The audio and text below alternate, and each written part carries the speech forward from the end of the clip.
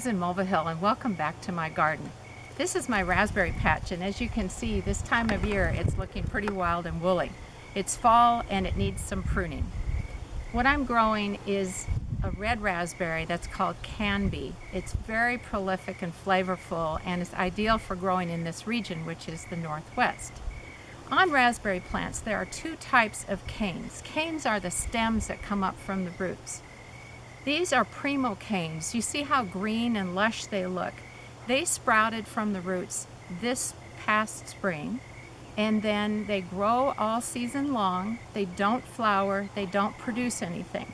So I just leave them be. If I were to trim them back to the ground now in the fall of their first year, I would not get any berries next year, which is not quite what I had in mind. There's also another type of cane called the Flora Cane. This time of year, they don't look so great.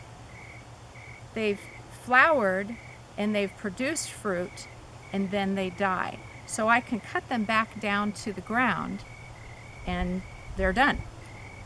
Now there is another type of raspberry that I wanted to tell you about, not to confuse the issue, but just so you're aware of it. There are fall-bearing raspberries, and a really common variety is fall gold. What they do is during their first year as a primocane, in the fall, they bear fruit.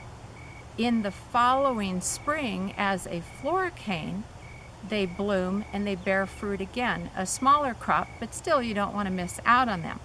That makes it really tricky to know when to prune them. So I have a little trick that I use for my own because I don't want to miss out on any. What I do is I just don't even prune them in the fall. I wait until the following spring. I look to see if there's any leaves coming out of the stalks.